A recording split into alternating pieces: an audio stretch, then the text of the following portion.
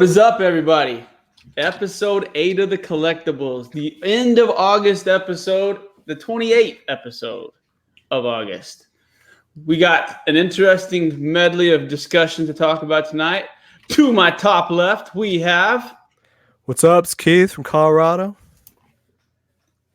We got... your hand is like still on Keith. There you go. This is the Okie. The other Okie from Oklahoma. Well, I'm not an Oklahoman. I'm an Ohioan from Oklahoma. Yes, he lives here. Let's get some shit. Go Bucks. Big leg. We're playing this weekend. Big leg. I'm sure as shit a Californian. I'm under no qualms where the fuck I'm from. So how's it going on, party people? Everybody ready for Labor Day? Or I'm ready for college football, honestly. I'm ready for college football, ready for regular football, but so ready for the fantasy football drafts that a lot of us will be having over the next week or so. So, yeah. Definitely all of the above. Dude, I got 2 fantasy drafts in the next 72 hours. So, as long as assholes are done retiring and getting all the shit done they need to do and get it out of the system, let's go. Mine start next week, but UCLA kicks off tomorrow. So we got Cincinnati. We got some Bearcats to deal with. And we got a weird Oklahoma State plays Oregon State Saturday, and then they play Friday. No, I thought they played Friday. No, UCLA plays tomorrow at 4. So we're going into your fucked up state to play some weird things that are called Bearcats or something. And we seem to play them a lot. You're playing. No, they were talking on the radio how they're scared to they're scared to play. Ohio State's scared to play them even. And I didn't even. I was like, does that make sense? Scared to play who? You know what? All bullshit. It didn't make that much sense to me. I'm just telling you that's what they said on the radio. Our old defensive coordinator is head coaching there now. Hey, all bullshit aside, in a couple weeks, we might need to look and see if we can't scramble 2 cheap UCLA OU tickets, because I still got a shit ton of points. I will travel down there to root against those cocksuckers in any state I can. So I'll go with you, fucking assholes. I don't think US. I don't know. UCLA might be better this year. They didn't impress me much last year, but under Chip Kelly. But we ran over USC. That's that was the highlight of my year. So. Yeah, unfortunately, that team coming in though is not USC. They're pretty damn good. Yeah. They might have problems tomorrow. We'll see how it goes. Anyway, so yeah, college football starting. How's everything else looking, you guys? What do you guys got going on? Trey, how about this Venom first host deal? Dude, I don't know. All I know is that Donnie Cates tweeted about it, and Rich Johnson tweeted right after Donnie, which is amazing. I wonder how that always happens that way. It's like right after Donnie Cates tweets, and then like 25 minutes later, Rich Johnson happens to post something about it. Well, he did. Apparently, there is speculation that the symbiote from the first host, number 3, the guacamole-looking dude, yep, somehow has to do with Dylan, Eddie Brock's illegitimate son that just came back into his life, and something to do with a codex. I don't know, but the second prints are going for $50. That book, ever since those tweets came out, and Dipstick posted about them on. Bleeding shit. So who knows? I mean, here's the thing: is in crazier worlds. I mean, look at the first appearance of Cosmic Ghost Rider is going for. I mean, look at some of the stuff Cates has done over the last 18 months as far as speculation wise. Yeah, but he's fucked us over too at the same time. Like Carnage Mind Bomb. Like, it's a cool book, but like, it never became realized, right? I mean, wait, what book did you say? I'm sorry. The Carnage Mind Bomb. All he did was tell people that it was like one of his favorite books, and now it's $100 raw book. Yeah, it's probably dipped since. I haven't looked in a few months, but it's like kind of stuff like that. But that's okay, dude. You know what? It's a pretty cool thing, honestly, when it's a writer doing that. It's also very dangerous too. At the same point in time, when we know said writers have relationships with comic book speculation writers. I mean, we know that. Yeah. So I think it's a very slippery slope. Donnie knows what he's doing, though, man. And he does. In the end, ultimately, he just wants to sell his own books, right? So make sure you remember that when you're buying into his spec. That's what he wants to do, is sell his books. Totally. You're not wrong. That's a good call.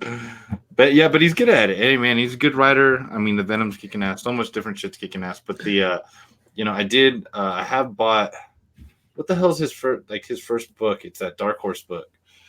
And I've never done this for. Well, that's not true.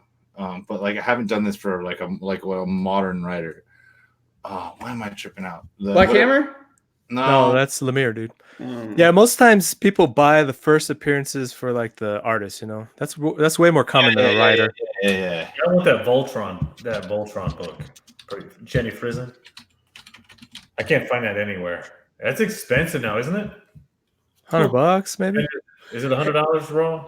I thought. Hey guys, Sean, I got a question. Since I've been out of comics for a while, maybe I'm hoping that you can fill in a blank or two for me.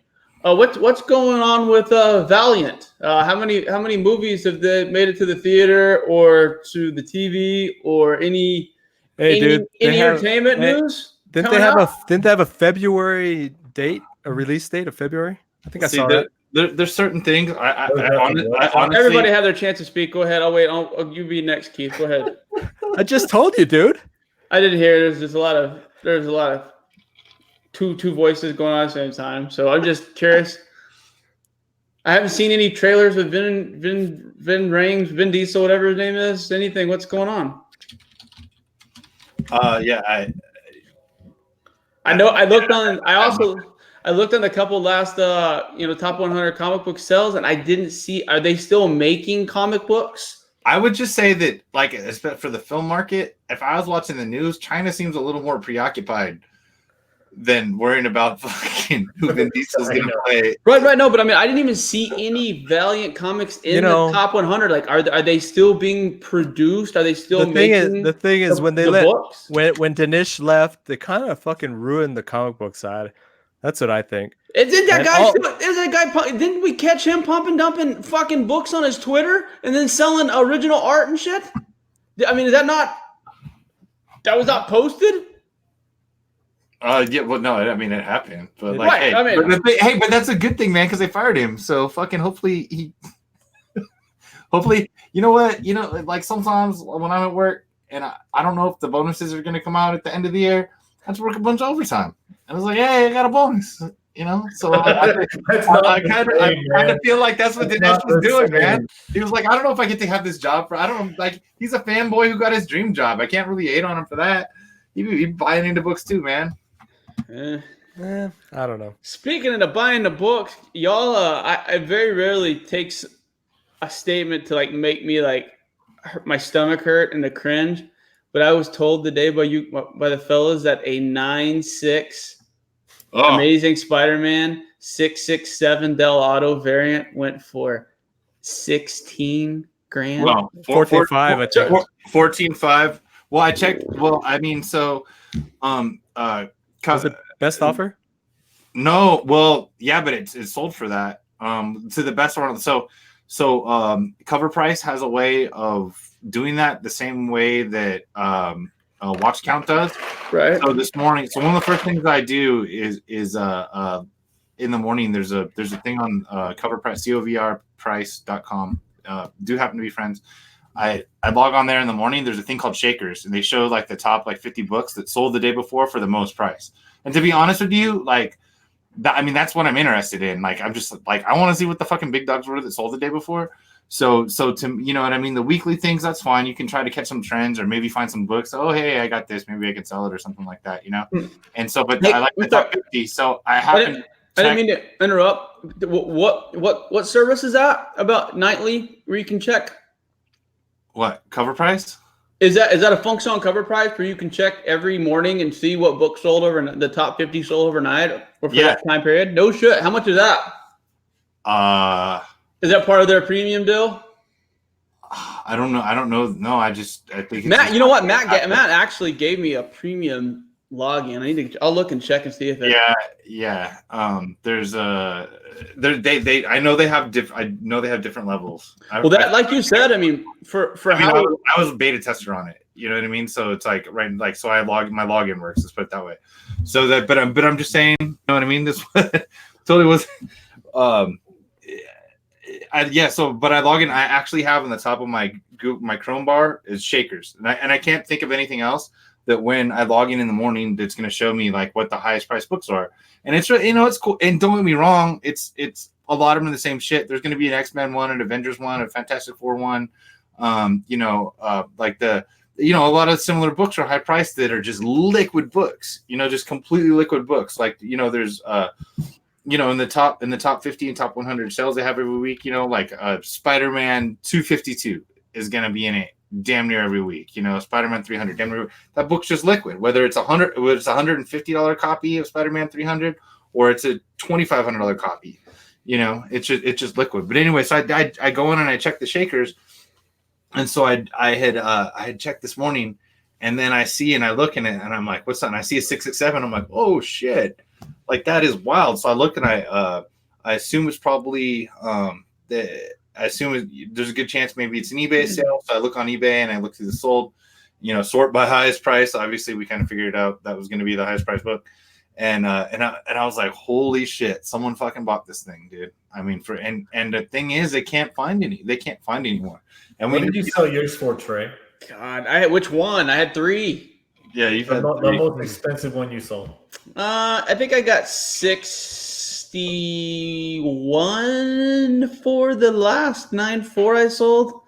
But here's the thing about it is, yeah, it sucks. I mean, if I would have kept them till now and sold them, yeah, that's a whole lot more money. But at the time, I made a shit ton of money on those books. I mean, I pressed them.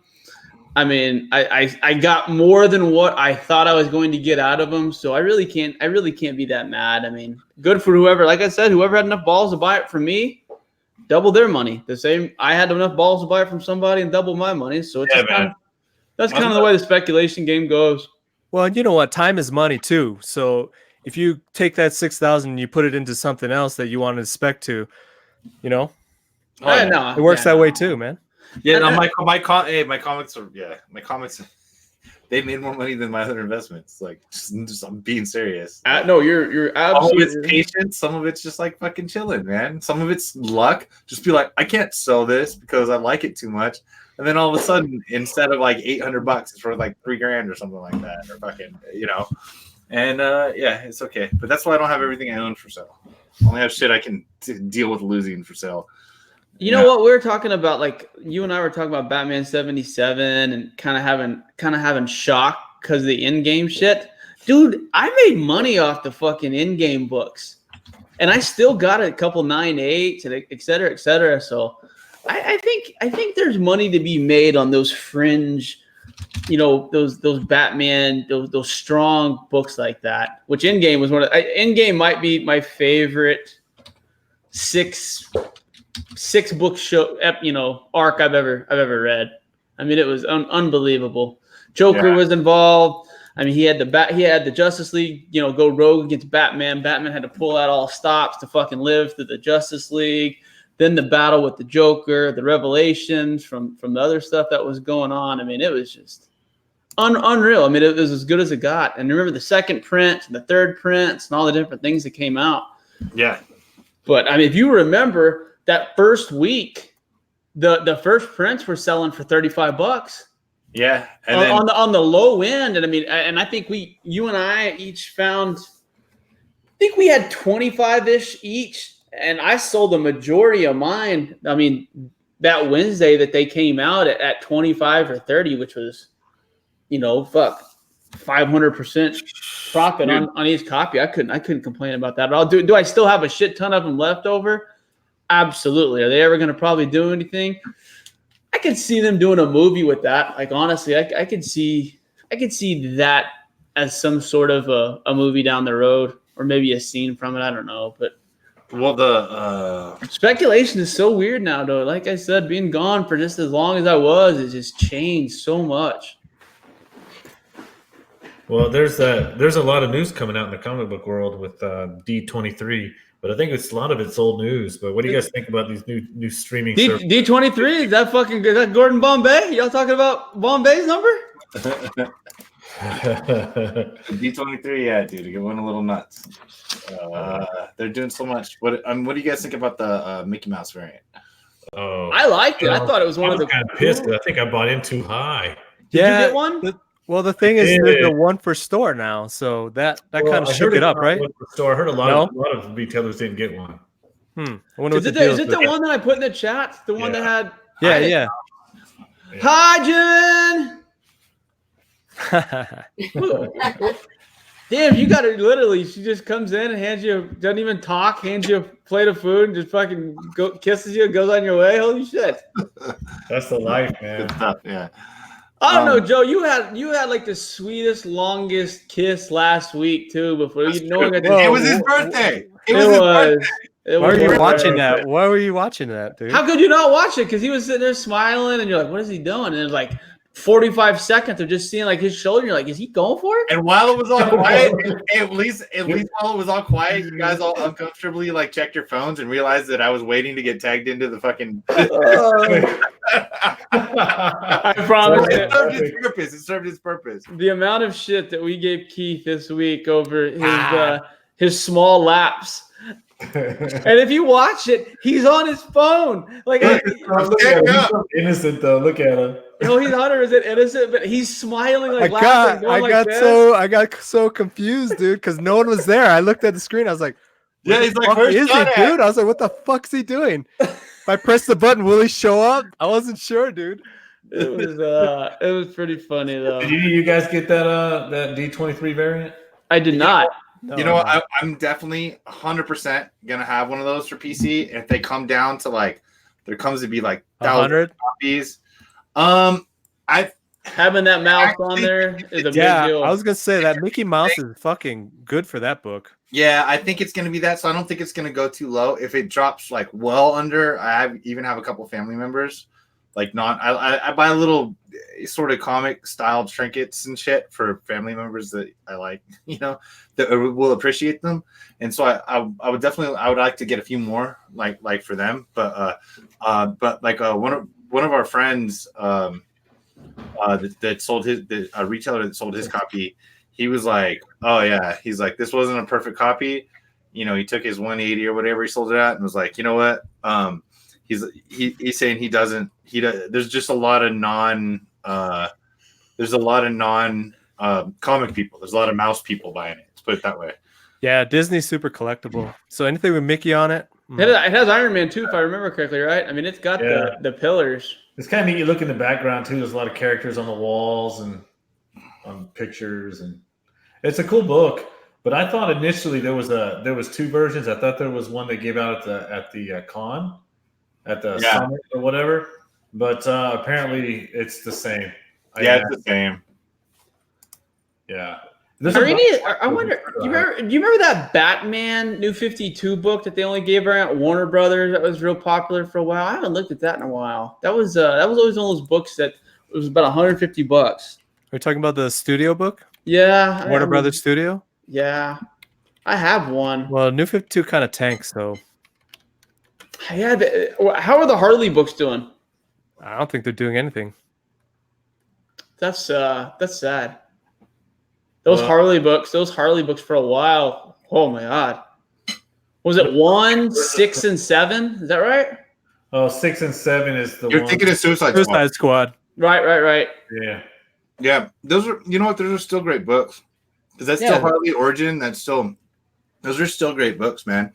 But it's just like, because, it was just, because it was such a big like start over for comics, New 52, and then Marvel Now. Marvel Now pretty much dropped like right after those 6 and 7s dropped. Dude, I found a Batman 1 New 52 near mint copy of the 1 in 25, the Van Sciver variant for $20 today. And I was like, how the mighty have fallen. Wow. You remember that book on the old Raz Room? When it first Raz Room? That was $150 to $100 every single time. Instant sellout. It's a $200. Both those books are $200 9/8 all day, and they're not. But I'm sorry, they're going down in Batman lore. Like if you're a Batman fan, especially as a reader, and especially as a reader, man. Like I mean, that's just the epic, the Court of Owls, all that, just epic, man. Like that new 252 run was pretty epic, dude. Yeah, 100%. I loved it. I read the whole thing. It was great. Yep, 100%, man. Snyder, Capullo. It's hard to beat that. You can't. Well, I guess you can, but it just hasn't been beat since, and to beat it, you got to go back, 20-something years or something like that. Hell, I mean, look what the numbers that Metal did. last summer, and then look at in the fall, and then look what is it? The last line on Earth doing right now? That Black Label deal they're doing. I mean, look at the numbers and the sales, because when I looked at those deals and I didn't see any Valiant books on there. By the way, I don't know if I mentioned that, but when I was looking on there was a lot of books with Batman and stuff like that on there. One of them happened to be very high on there was the Batman Last Night. So people love Capullo, people love Snyder, and they love them together, obviously. And it's good to see. I saw that that Capullo signed a DC exclusive contract again, and that him and Snyder have another project planned upcoming. So that's always good news. Do we know what they're doing? No, but it won't be Batman, which it's going to be interesting. But I've been telling everyone, including Dr. Joe, this run that Snyder's doing on Justice League right now is pretty damn epic. I've got about 15 issues in. And, what do you think? It's deep. It's different, isn't it? Like the stuff with Manhunter and Luther. There's a lot of different angles they come from. So he's writing Luther in a way that I've never seen him written before, and I love it. He's more calculated than he's even been before. He's darker. I mean, he's pulling. I mean, seems like he's been planning something for a long, long time, which he obviously has with this DC Year of the Villain tie-in and some of the gifts and some of the things that are going on in the DC world right now. I did not get to read any books this week, so. Speaking of that DC Year of the Villain, I love that Joker Delato. Oh, is that the one that you showed me from Bulletproof? Yeah, isn't that beautiful? That's a tough cover. I like it. I like it. How I like the suit. How it's old school Joker, but I like how the hair and some of the other stuff is almost like a little ode to the Leto. Yeah, he's got that little smoking machine gun in his hand. I think it's kind of looks like a little gangster. I love the Leto interpretation. I know some people didn't like it, but I actually did. I actually thought it was a really fresh take. But again, if you keep hearing the reviews coming out right now, apparently Joaquin Phoenix does something quite epic upcoming in this Joker movie. So is it an origin issue? That far. So no, this is an origin. So we have all right. So I'm gonna hang out, and this guy never said whether or not I could repeat his words because they're fucking epic. So I'm not gonna attribute. I'm not going to attribute a name unless he chimes in, but I'm still going to read this because it's the greatest thing. So this is not my thought, but it kind of get my thoughts. So any movie where the Joker origin is nothing but a gag seems pointless. In my opinion, any real examination of or attempt to explain his psychosis is a money grab. The greatest Bat villain is who he is, in part because we don't know much. That is his weapon. Nolan got that part right. There's nothing we could have done. There's nothing that could have been done to him that would shock us. The abused explanation ain't new. What's the craziest thing you can come up with? Maybe he's forced to watch himself from another Earth forcibly sodomize his younger self on this Earth in order to make him the deadliest Joker on Earth. This is done by a multiversal cabal of Jokers bent on defeating the deadliest Batman, the one from our Earth. And I thought that was deep enough to be a heavy statement. It made me think about 4 fucking times. And this guy happens to be a comic book genius. So he blows all 4 of us put together out of the water. So anyway, I thought about this crazy thought that Mr. had here, but but then again, alluding to what Trey said, and I might not have read the reviews Trey said, and I don't even want anything close to a spoiler because I never do. But like I couldn't get the help by watching this that it's not a fucking gag. Like it's not like there's they want us to think that he's just like a bully guy who does something. They gotta go fucking off the fucking deep end, dude. Joaquin Phoenix would see right through that. He's too smart of an actor, too smart of a guy. There's got to be just some epic, crazy, actual shit. Like they have the people, and I don't think it's spoilers if we discuss what's in a commercial, but like they have the people with masks and stuff like that. We all know Joker gains followings and things like that. Like I have a feeling that is just barely the tip of the fucking iceberg with this movie. But I do agree with him the fact that we don't necessarily need a Joker origin. Like the Joker origin, we don't know the shit about him. Like that's kind of one of the cool fucking things, you know what I mean? That's how Joker's always been, you know. Yeah, totally. And I think you're right with the trailer. I think it's only showing the very beginning of the movie. So my guess is when they open the curtains is, you know, it's going to start the real movie is my guess. That's a pretty good guess. And you'd like to hope so. Like something like they shouldn't give away. And like this is something that I'll probably. They said this is the final trailer, so what do we have until October? Okay, so yeah, this is probably one of those movies that you probably want to grab tickets to and not fucking have spoiled for you, judging by the commercials and how I hope that it goes.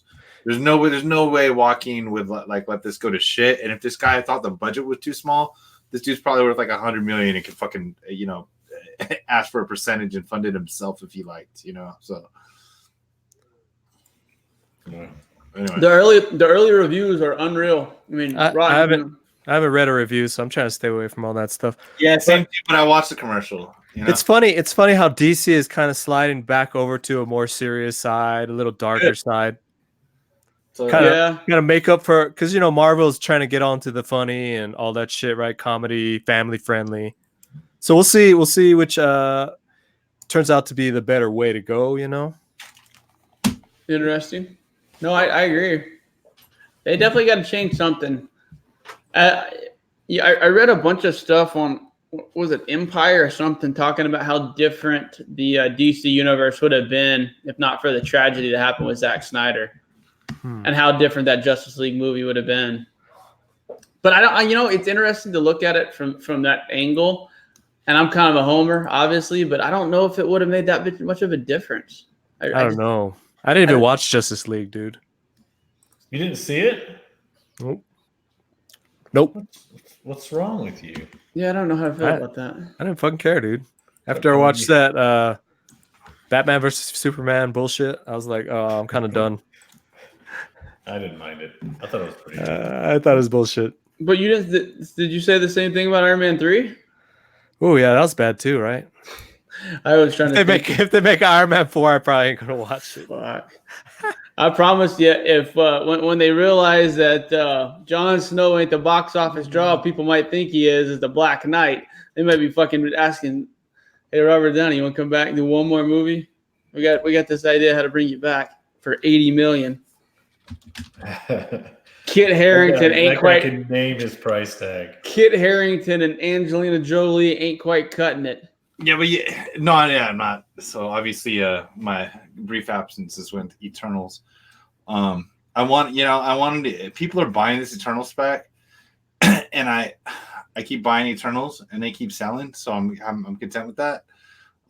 There's a lot of these printed books out there. So whenever I just keep finding them, buying them, and I forget which ones are first appearances. I just buy the ones that are cheap. There's not that many issues. This is really just like the beginning of Marvel almost all over again. Like, I'm not exactly the same, but let's just say like Guardians of the Galaxy, although the run was more recent, it wasn't like a super like high printed run, the 2008 series. So when we found out, that was going on, people could go to the stores and they could find those in the back bins. Like, dude, I don't know. I can't even tell you why. If this was a reason, I just kept buying Eternals ones over the years and just ended up with a bunch of them. Like, because they would be like, and I never paid more than $5. Maybe I thought a near mint copy was like $6. Did you ever find one of those like 35-cent variants? No, I didn't. But like that, the cat's been out of the bag on that forever though.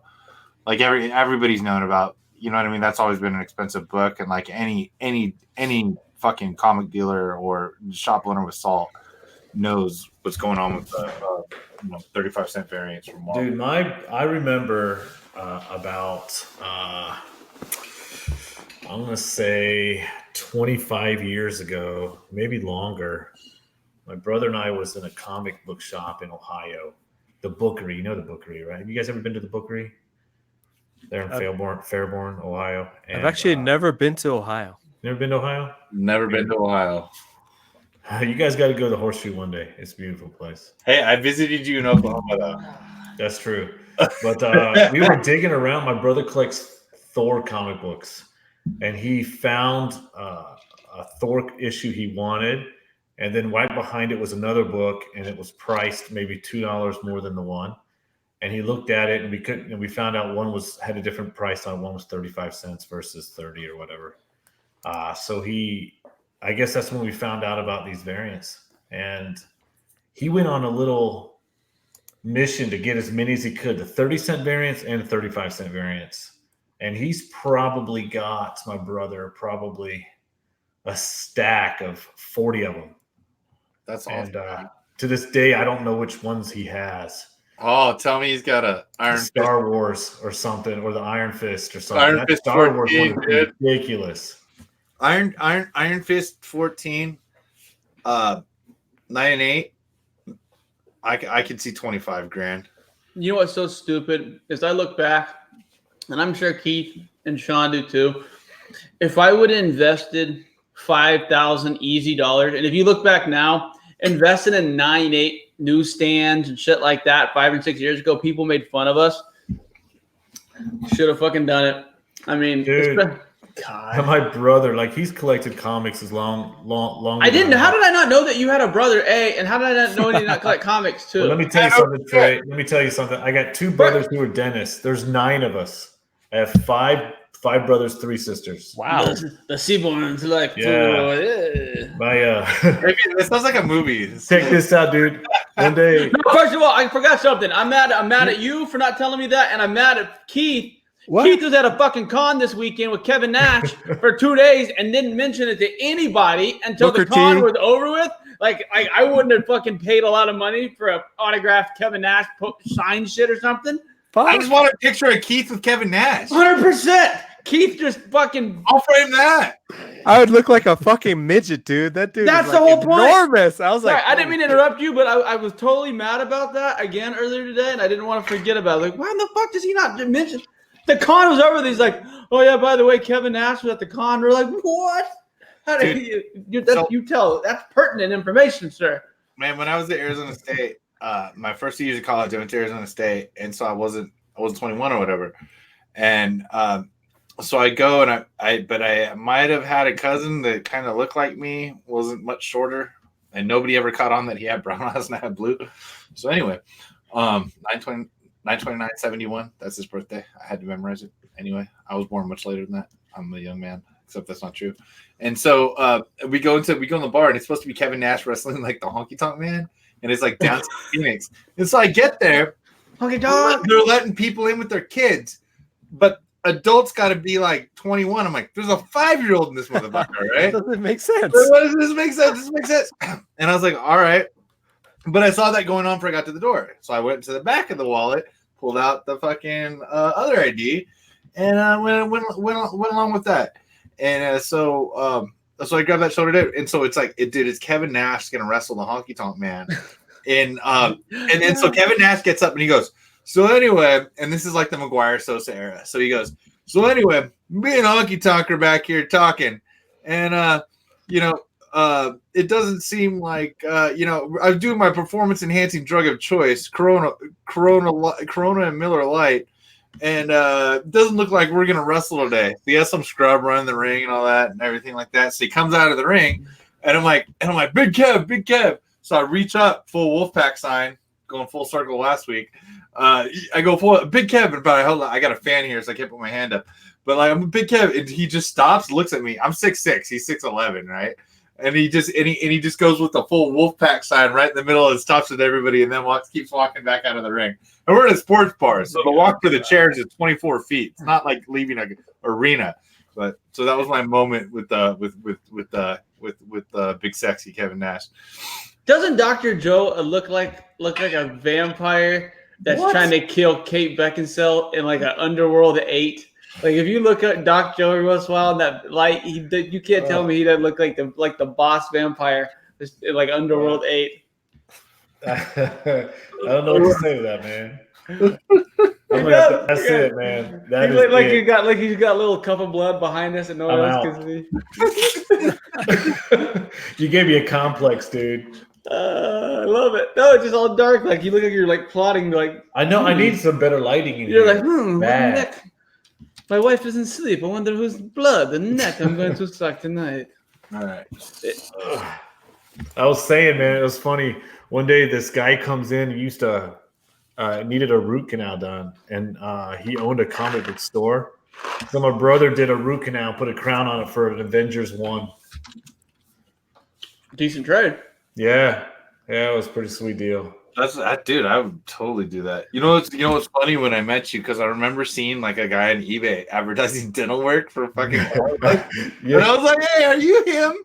Are you that guy advertising dental work for comic books? Wasn't me. And you were like, not only for Trey. No, I wouldn't be friendly anyone that was fucking that whorish.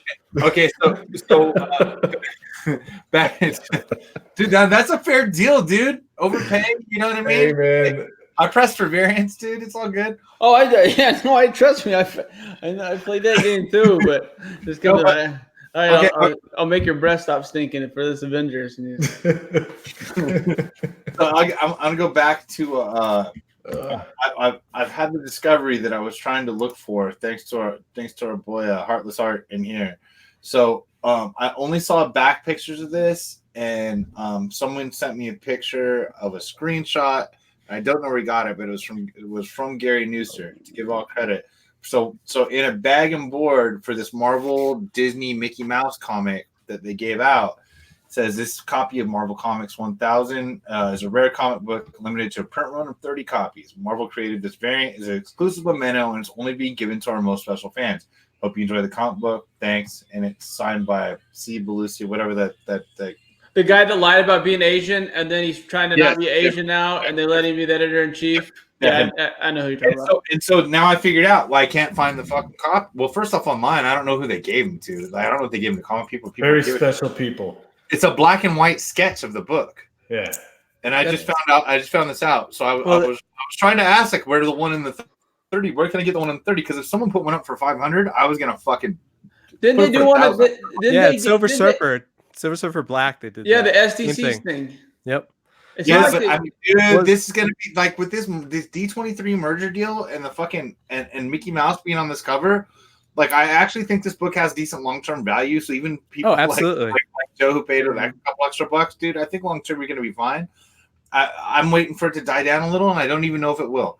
Hope maybe $100 I'll probably get my own. Under 100, probably get some from other people. But this 1 in 30 sketch, wow. Is it numbered? Is it numbered on the book? It's only 30 copies, period. Yeah, is it numbered on the book? Is that the deal? Yes. Well, it's numbered on the certificate that's in the back of the book. The picture that Heartless just sent me is the bottom of it is cut off. Let me look up another picture I'm pretty sure it's just a COA. It's a numbered COA. Heartless, post that in the Collectibles Mayway or something if you get time, please, sir. I'm curious. I'll make sure Doc Joe don't try to get your neck. They don't. I'm just Doc Joe's ruthless. Watch out, dude. I am, man. He'll fucking videotape you doing shit to him and get you fired. I will. Yeah, I will. Doc Joe's coming for the fucking crown. Doc Joe's coming for the fucking crown, motherfucker. You number one, bitch. He's not number two. He's number one. There's billboards in the city. Doc Joe's fucking limiting competition. He's like, no. Oh, that dude's gonna be on the next billboard, dude. He's like, no. We're not gonna just have one billboard. I want them all. If I ever get a billboard, I am not telling you where it's at, Trey. I already told you. I got people looking. If that billboard shows up, there's gonna be I'm gonna do a full-fledged photo shoot. I'm gonna hire someone. I'll do naked Burt Reynolds fucking rug shit in front of it. I will make it where anybody who ever drives by there be like, oh, that's that one place that guy did that weird thing to it. Yep. Trey will be on the local news getting nude in front of your sign. Yeah, all right, Amelia, showtime. Oh, you guys are the worst friends ever. Ever. It could be worse. But if you needed bodies hid and shit like that, we know who you would call first. That's true. That's true. What are you eating? I gotta know. You can't fucking just look like you're eating on something good and not tell me what you're eating. Dude, she made me a bowl of pasta with Italian sausage. It's so good. It's not bad. But we got home a little different times and such because we did. It happens, man. It happens. You had to travel back from earthquake country back into safe country. Nah, she was already at the bar, and I had to meet her there. So she couldn't make breakfast. She couldn't make dinner because she had to get the dog, and I had to jump on the podcast because we were supposed to meet at home instead of the bar. And then she was already at the bar because our moms were at the bar. I was thinking about it today. Like, literally happy today. Who in my life would be the happiest if there was instant teleportation? And I thought about this earlier today, and I came up with fucking Shaun. Yeah, because 100%. he could literally drink with all of his fucking friends. Like he could literally he could have 30 nights. Like he could have a whole month of friends. Like no bullshit. They go drink with from all across the fucking world. He can go to Ohio and Philadelphia and Minnesota and this and that, and then and tell me that you could like just transport where he could just pass out next to his bed. You can't tell me that there'd be a happier person than Shaun. I would land in my bed. Other than that, it's not possible because he loves traveling. He's not afraid to travel and do this. Nope. He would literally just fucking every night be like, oh, it's Tuesday. I'm going to London to go drink with Bobby tonight. And you're just like, all right, cool. I'll see you at work tomorrow. Knowing Shaun's fucking 3 continents away doing God knows what with some guy and his buddy from high school. And then he just shows back up at work. And you're like, I'm telling you, no one would be happy. I would like to tell the chance that would be like of all my superpowers, that would be great. That would be number one. And Heartless said the picture that someone sent me that they got from Gary, he actually got these from Gary. So holy shit. So big surprise. Gary Nooser doing work as usual.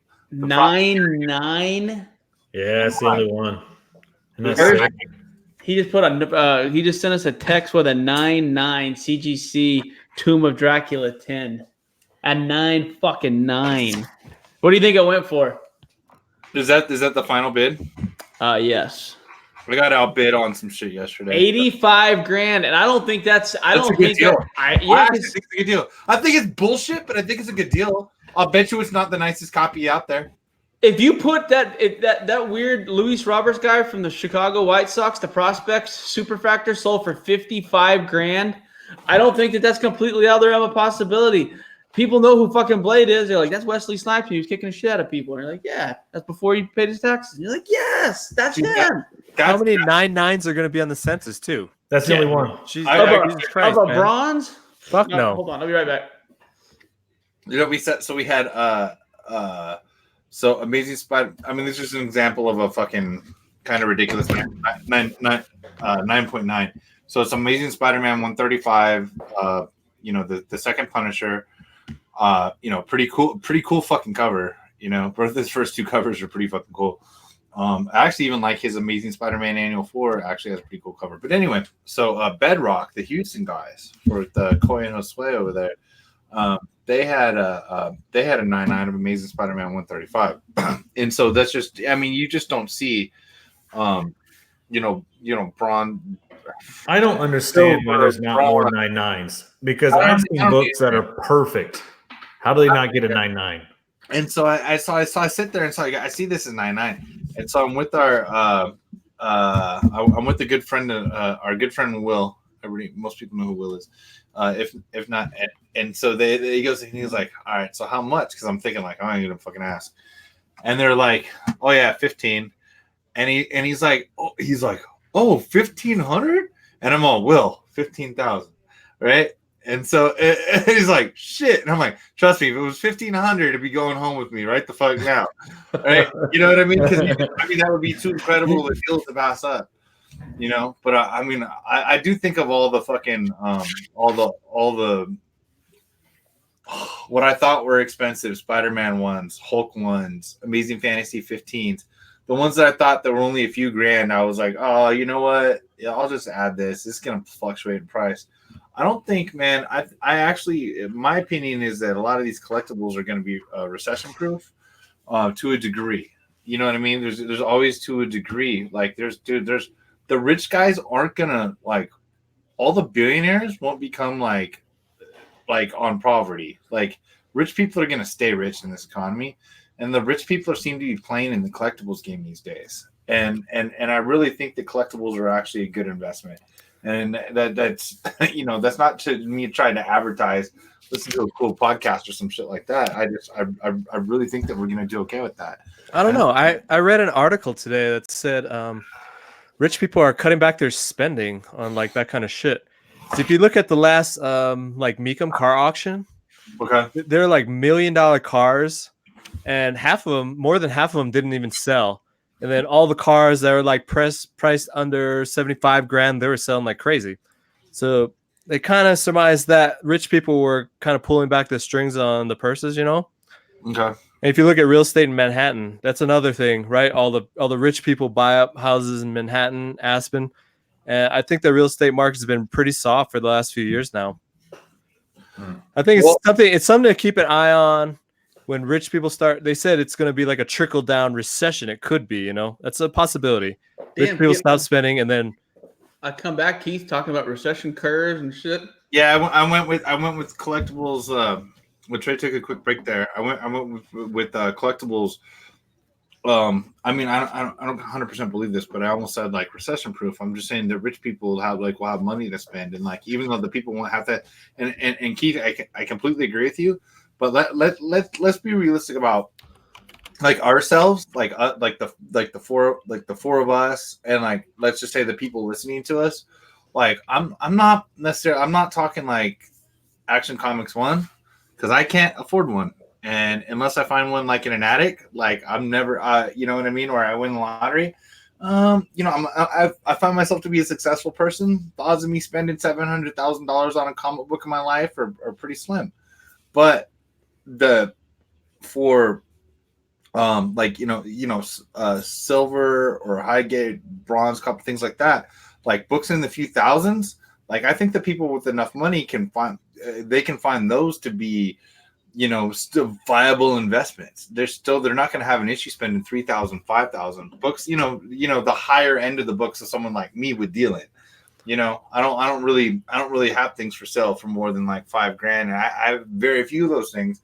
And most of those things are things that I bought in a long time cheaper ago, and I'm just holding on. Like I don't really want to sell those books. Those are my favorite books. You know what I mean? High grade Marvel Spotlight 5s or giant size X-Men's, or you know, books that I had autographed by Todd or Stan, things like that. Man, I just I don't know. So I agree with you, but in myself, I'm actually talking about a lot lower level of investment. Yeah, I agree. I agree to a point, but I think we're at a point right now where it's, man, everything's topping out. I talked to my LCS owner. He's a friend of mine. Shit. And we always joke about fucking how overpriced Hulk 181 is. It's like that and Mickey Mantle's rookie. It's just fucking insane. And you can throw a fucking Mike Trout's rookie in there too. First of all, Mike Trout is not from Mike Trout. Yeah, and Mickey Mantle's from the state of Oklahoma. So Commerce, Oklahoma, we have statute. I'm just saying. There will be no Mickey Mantle slander. I'm not slandering nothing. Mickey Mantle's underrated as the greatest drunk baseball player of all time. Everybody wants to say it's Babe Ruth, but the greatest drunk baseball player of all time is probably Mickey. Absolutely. Think about this shit. If it wasn't for fucking Joe DiMaggio trying to be a fucking prima donna, Mantle would have never tore his ACL. This motherfucker hit 285 home runs with a torn ACL. Think about it. They didn't have fucking fix it back then. Was it like all these little pussies at Ohio State to get tattoos and free ACL surgeries? Mickey Mantle's out there slinging dick, drunk in fucking New York and Oklahoma and hitting home runs, fucking getting pussy, doing what he had to do. So what was that you were showing, Joe?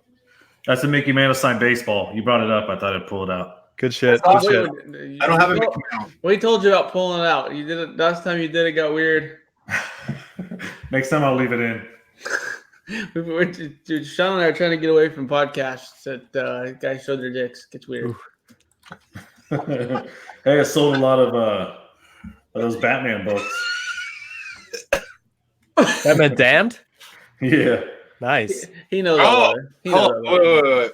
That's still a $50 book, man. Can you believe it? I know. Really? Yeah. Yep. Both covers, either cover. 9.8 in that book doesn't mean anything though. No, 9.8. Yeah, it has to be a 10. I don't know. I haven't looked, but it's probably more. Are those 10s? How come I can't figure my own camera? There you go. Yep. Yeah, they're both 10s. They're both 10s. And not only that, graded them myself. Not only that, I didn't even expect them. I ordered them online, got them in bagged and board. The front looked perfect. I just sent them in. And I got back fucking a 10 and a 10. That's what I'm saying. If that book's in that 9.8, it might as well be an 8. That dealer account might be working. I don't know. Interesting. I did get back a 9.8 and a 9.9, and so I got a 9. I don't even know where the fuck those are. But those are for sale because I got a set of 10. Well, it's the only set of 10s I had. Like, I bought them for like $7 each, so I'm pretty sure. I can make the money, but it's like, dude, that's gonna be an iconic book. You know what? I say this, but I'm just a straight asshole because I didn't read number 3 yet. Well, I just saw some real disrespectful shit. No, it couldn't be that bad. Fucking Eternals are selling for 9.8 copies of Eternals. One are selling for $1,500, and fucking Guardians of the Galaxy 1/9/8 are only selling for $250. That's fucking disrespect, dude. And people don't know how hard that is. Do I have it up there?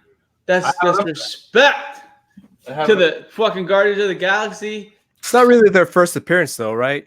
The Eternals, who no one cares about the Eternals. I'm just saying. I'm just pointing it out. It's not. They're the new. What's their first appearance? Marvel Superheroes 18. Well, just the characters, right?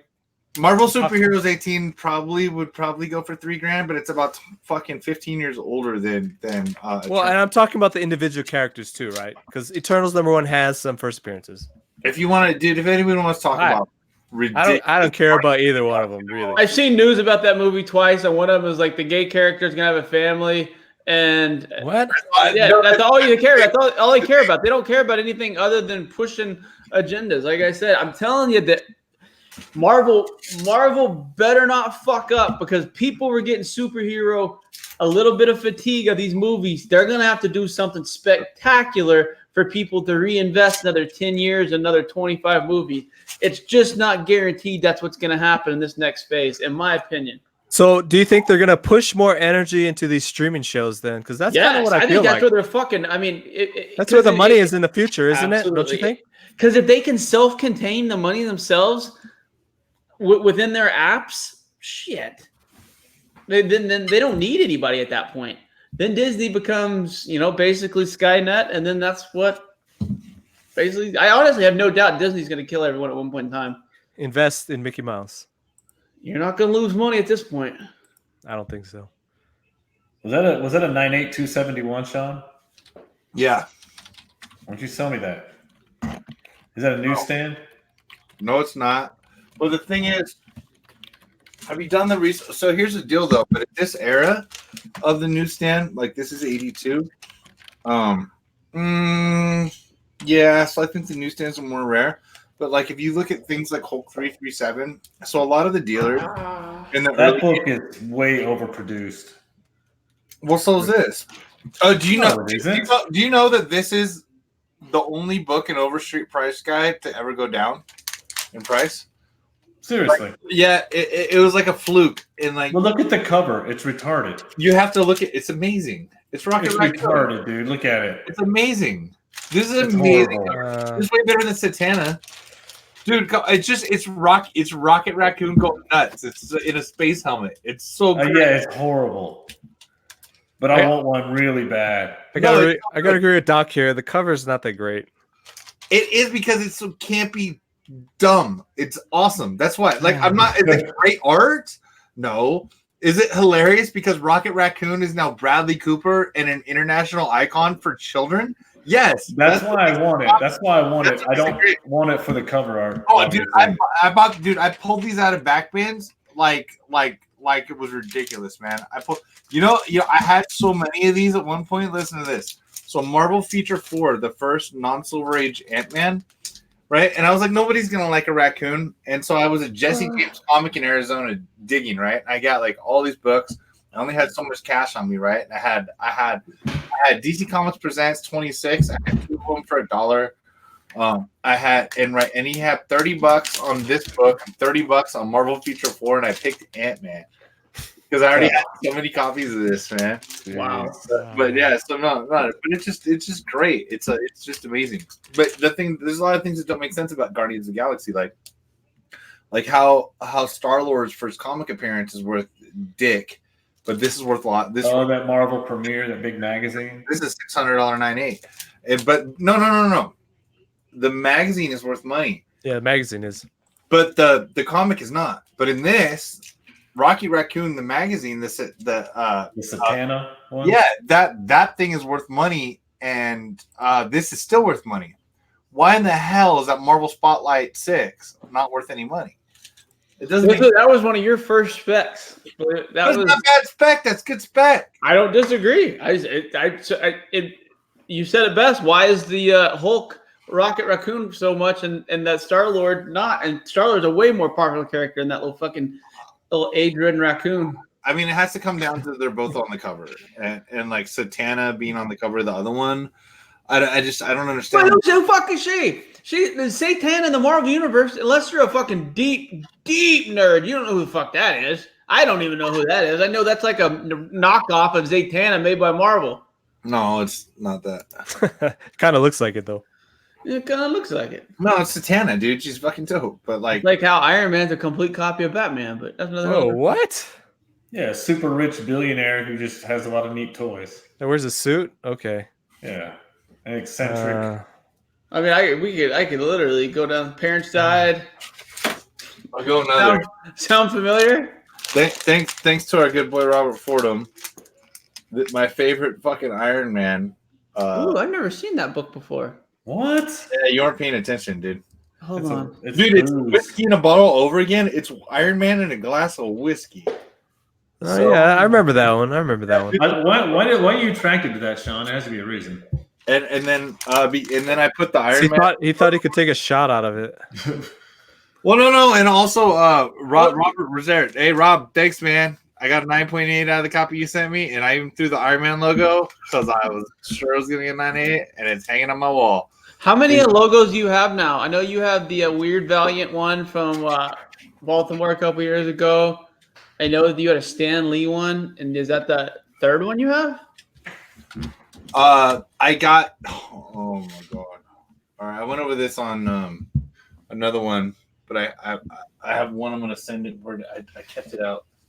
I kept it out because I'm gonna resend it to CGC because I'm so fucking pissed off. So there was they did CGC just started doing it. CGC just started doing the like where they you can upgrade your logo thing or whatever. So I thought this would be cool, you know, and especially I'll even get into this in a minute if you guys want, but like I thought it would be cool to have the Iron Man logo on that. I bought a Spider-Man 238 in Oregon, like 200 raw, and the thing is perfect. Got the tattoos, got everything. So they have like that Red Goblin looking thing, like in the corner. And like, dude, the CGC logo literally goes over it. I have it out because I'm gonna crack and regrade it because I think I got fucked. Oh, you mean the hologram? That CGC hologram? So here's it's fine on this book, right?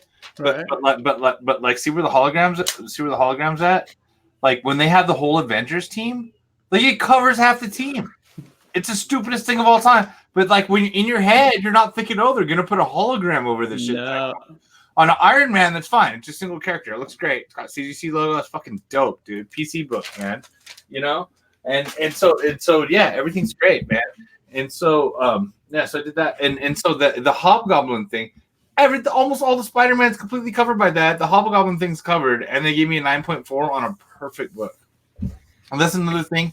People said don't send in your books with don't mix your moderns with your bronze and copper, because people are getting hammered because I think they have different graders and they get mad. They have to split your orders up. So if you have ultra moderns, like let's say post 2000s, put those in the same order. If you have shit like bronze and copper, fucking send that in a different order. You can send it in the same order as long as you put on different invoice sheets. Right? Well, yeah. Same. That's what I mean. Send in the same box, but do different invoice. So that's a different order. Yeah. People are fucking crazy. That's like, weird. That's a weird explanation. I know, dude, but they hammered when I'm talking to other people that submit at the same time as me. We all get fucking hammered on it at the same time, like hammered hard, and like we got just hammered hard, like bad grades, man. So, well, if you knew a good presser, you'd probably fix that. A motherfucker. Wow. If he doesn't know a few, I'm gonna be fucking upset. Dude, hey, I don't know. Hey, if you need to learn, Don't watch YouTube.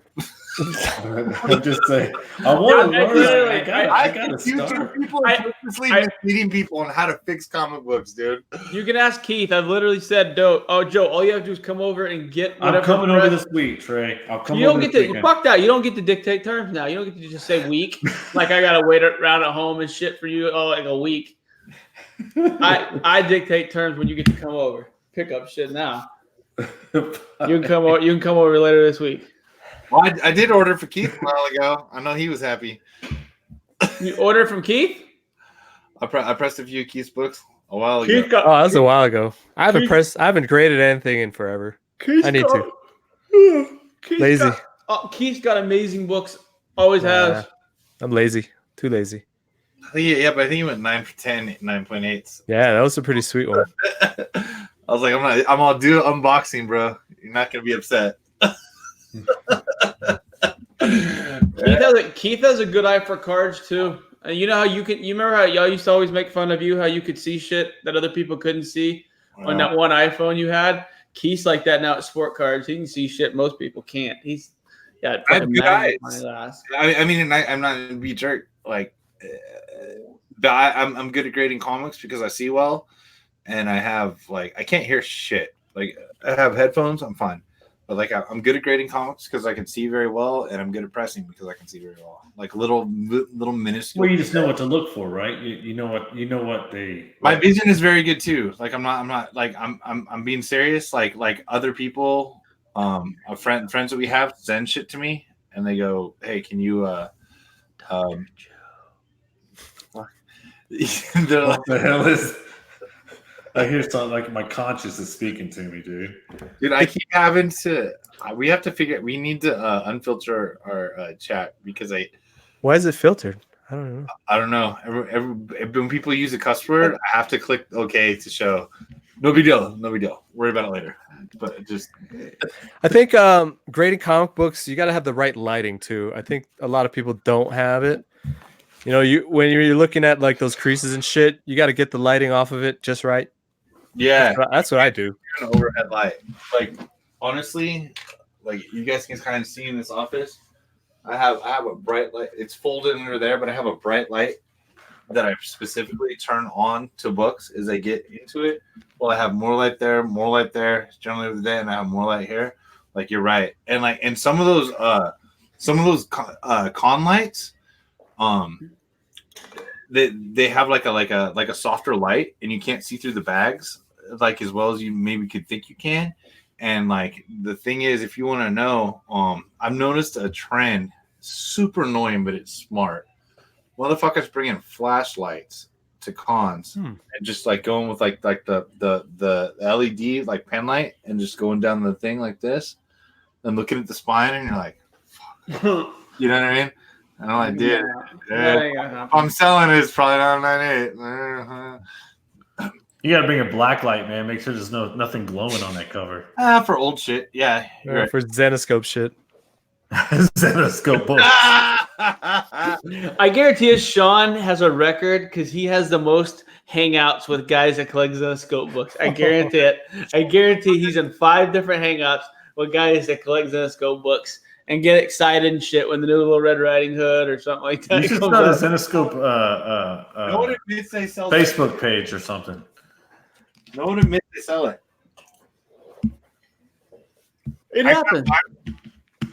I've been to cons, and I start to look through. Like I've been like standing waiting for the booth next to Zenoscope. I start to look through the thing a little, and I'm all, oh god, dude, somebody will take a picture of me here.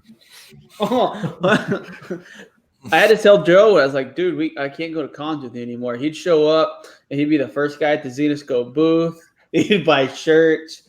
He would buy posters. He'd be like, hey, do y'all got anything else? I wouldn't buy them. I just take pictures of them with my phone so I can look at them later. And I'm like, hey, man, I can't go to cons with you anymore if you keep doing that because you're going to be known as a Zenoscope guy, and I don't want to be known as the guy in line next to the Zenoscope guy. We just lost 7 viewers. Joe's like, hey, you got any Dennis covers with kitties? Hey, I got some, man. I got some of those. Dennis with titty. Joe's like, do you guys do custom cosplay? What? That's Trey's ball game. Trey's the cosplay enthusiast. That's your world. That's not mine. 100%, man. I'm into it, dude. I big into the dressing up and pretending to be fucking Martians and shit in front of random people in states I don't live in. I do it all the time, man. Especially when my self-esteem gets super fucking low. I dress up like a fucking Ninja Turtle. Hey, motherfucker. Go down to the nearest auditorium, pay $42, and let fucking fat, perverted old white men take photos of me. I'm telling you what. You know what? I don't do this thing. Shaun knows, but I think he actually knows this. If you stand in the fucking aisle at a con and take a picture in front of me, I'm fucking coming through. I'm coming through like the fucking Tom Rathman of the fucking 49ers in the fucking 80s. Like a fullback, motherfucker. You want to take a picture in the fucking aisle? Choo-choo. I'm fucking coming through. You want to have your fucking... You want to have... Comics, dude. Like, you want to have your stroller with your fucking 2 kids in my way? Guess what? Choo-choo, motherfucker. Coming through. Get it the fuck out of my way. I'm done paying $40. Children aren't allowed at con. I'm done with this fucking paying $40 while some fucking guy has to look through every issue of Sailor Moon magazines with his 3 kids tethered to a fucking stroller with 3 of them in there screaming and yelling about a Diet Coke. God damn it. I don't know what just happened. Just like regular Coke, man. But, Hey, cons can be difficult to navigate. Oh, cons can be. Yeah, unless you're you. They're all the same. If you're 6'6" and look like you do, they're fucking wonderful. And you look like me, like I said, for whatever reason, the fucking people that don't wear deodorant are big people. They're like 6'1", 295 on average for whatever fucking reason. I get lost in the shuffle. But then I walk by and they're like, oh, that guy smells like a normal human being. I'm like, hey, what's up? They're like, Trey, where'd you go? I was like, I got lost between these fucking buffaloes. They're like, oh, I smelled like fresh deodorant. I was like, I know. I was hurrying, man. I didn't mean to fall behind. Dude, but I mean, dude, the convention, it's the way of the world, man. Like, you know what I mean? Like, it is for comics, it is for cards, it is for everything else, man. The He-Man PowerCon people were a level above comic book people, but they were still not too Magic the Gathering people. Like, if there's levels to it, comic book people, there's still a little bit of normalcy in our lives. Like, we have like functioning jobs and girlfriends in our lives. Honestly, dude, that's at the same place that WonderCon is, other than it's like at the hotel next to the convention center. Dude, did you see that stupid fucking? Did you see that weirdo that dressed up their dog in the fucking blonde wig? Oh, which one? There were 2. Yeah, they literally. I saw that. And I was like, I will say that at PowerCon there were 2 fucking people with their dogs dressed up in carts and their dogs fought. Like, without them wanting to know. Oh, I don't think you saw the poop. So no, if there's dogs fighting, I didn't know. Dog dressed as He-Man. No, the one that had like you saw the dog dressed as He-Man, and then and he was in a cart, and then someone else had their other dog dressed as fucking something. I don't know, had a skirt on or something. But it was a little white ugly dog with like curly hair, and they start right in the middle of the fucking. I was like, what the hell, right? Because the guy was gonna jump off his cart, and I'm like. I would have started punting. Hey man, like there's barely enough. There's just not enough. There's not enough room.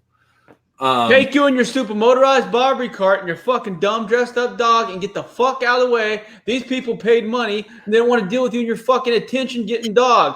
I'm sorry you didn't get any fucking. Anybody who dresses up their dog and takes that shit to a con has mental fucking issues. I'm sorry.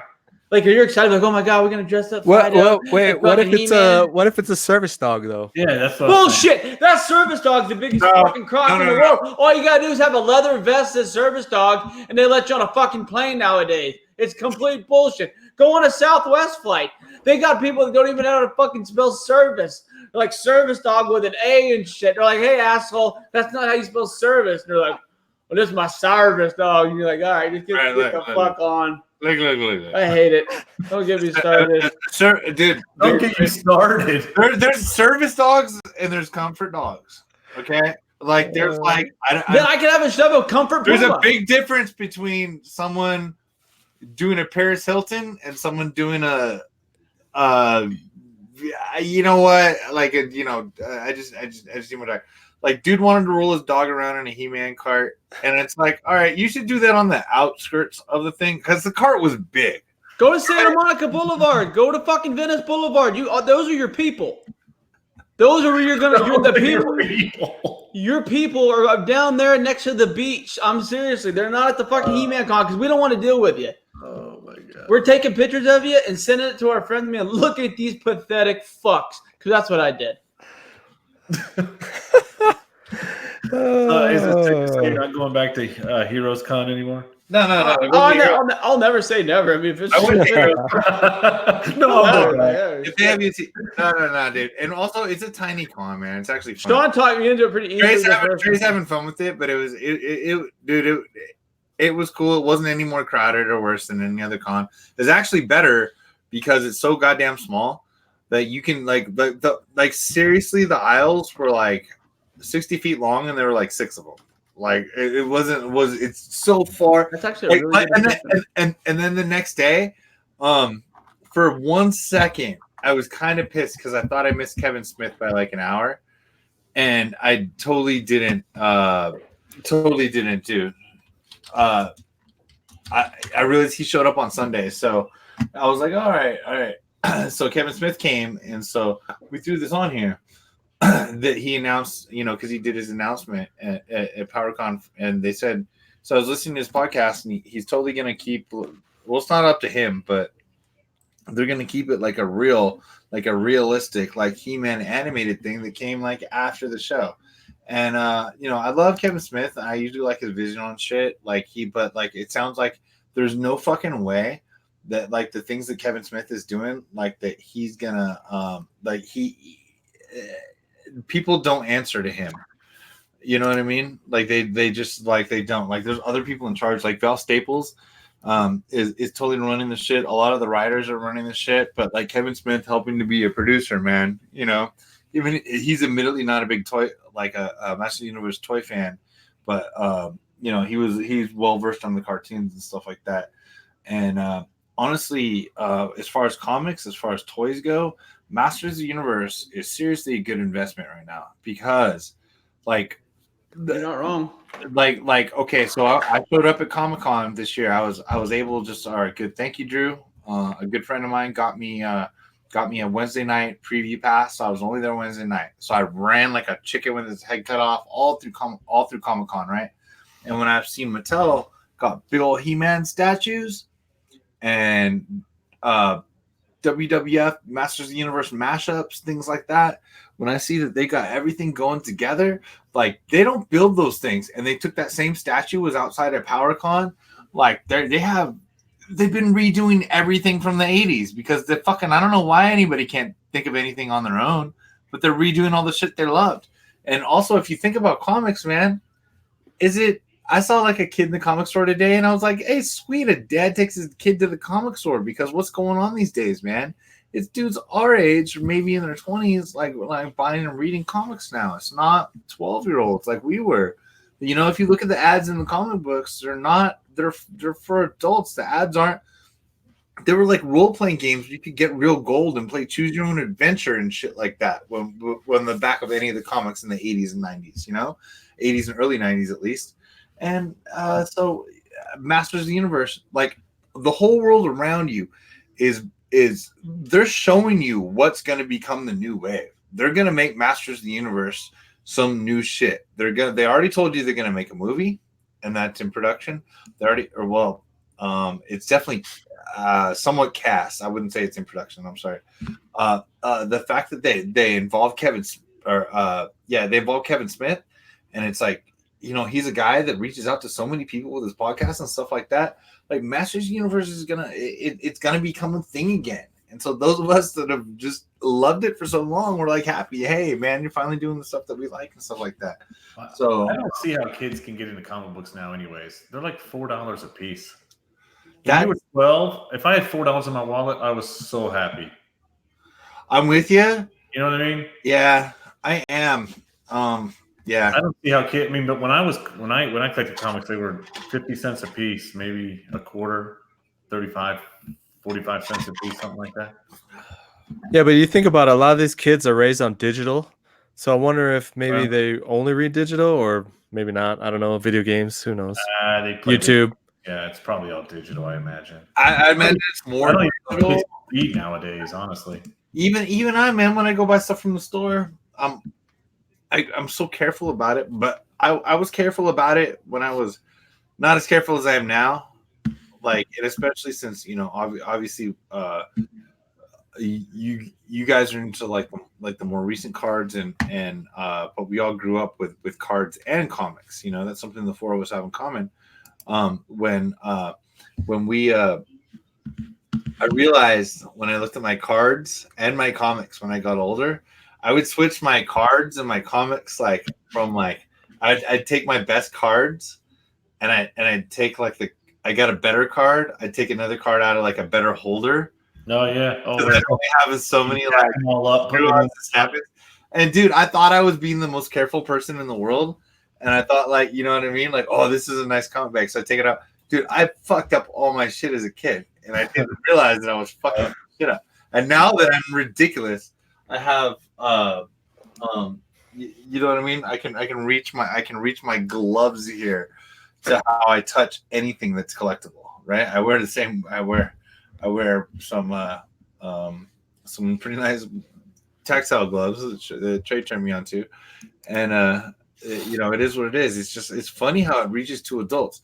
I wonder how it reaches on to us, like in the future. Like, are the next generations catching on completely to this or not? Like, is this, you know what I mean? Is this the end of our era? Or are we the rich, not that we're all rich people, but like, are we the kids that came up and made the money and like want to have these collectibles? And you know, I mean, I think it's a good thing to look into whether or not young people are really enjoying the collectability aspects of things like we do. You know, I honestly think it's a. I think collecting things it's a mental. It's a either do it or you don't. I don't think it's something you learn. I think it's a trait. It's almost like a level of hoarding, but way to a lower level, I think.